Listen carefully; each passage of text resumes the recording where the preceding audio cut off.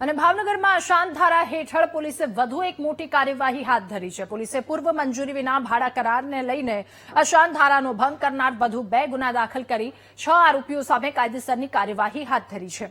ભાવનગરના range IG Rajendra Asari અને SP Nitesh પાંડેના માર્ગદર્શન હેઠળ એલસીબી પોલીસે કાળા નાણાં વિસ્તારમાં આવેલા એક દુકાન અને કેન્સલ સર્કલ નજીક આવેલી એક ઓફિસમાં તપાસ હાથ ધરી। આ દરમિયાન બંને જગ્યાએ પૂર્વ મંજૂરી વિના નોટરાઇઝ્ડ ભાડા કરાર અને મિલકતનો કબજો સોંપવામાં આવ્યો હોવાનું સામે આવતા આ કાર્યવાહી હાથ ધરી છે। નીલમબાગ પોલીસ સ્ટેશન અને જે ઘોઘા રોડ પોલીસ સ્ટેશન છે એમાં અશાંત ધારાની કલમ 6D મુજબ 2 અલગ અલગ ગુના દાખલ કરવામાં આવેલ છે।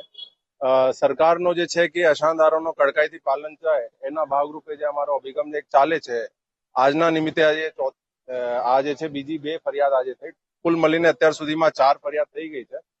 આ જે 2 ફરિયાદ છે એમાં જે છે 6 લોકો વિરુદ્ધ જે છે આરોપીઓ વિરુદ્ધ કાયદેસર પગલા જે છે લેવામાં આવેલ છે અને આ બંને જે એફઆઈઆર હતી એની પ્રાથમિક જે અરજી તપાસ જે અમારા ટીમ દ્વારા કરવામાં આવેલ હતી એમાં એવું જાણવા મળેલ કે એ લોકો પરવાનગી વગર જે છે નોટરાઇઝ ભાડા કરાર કરીને જે છે મિલકત તબદીલી થઈ હતી।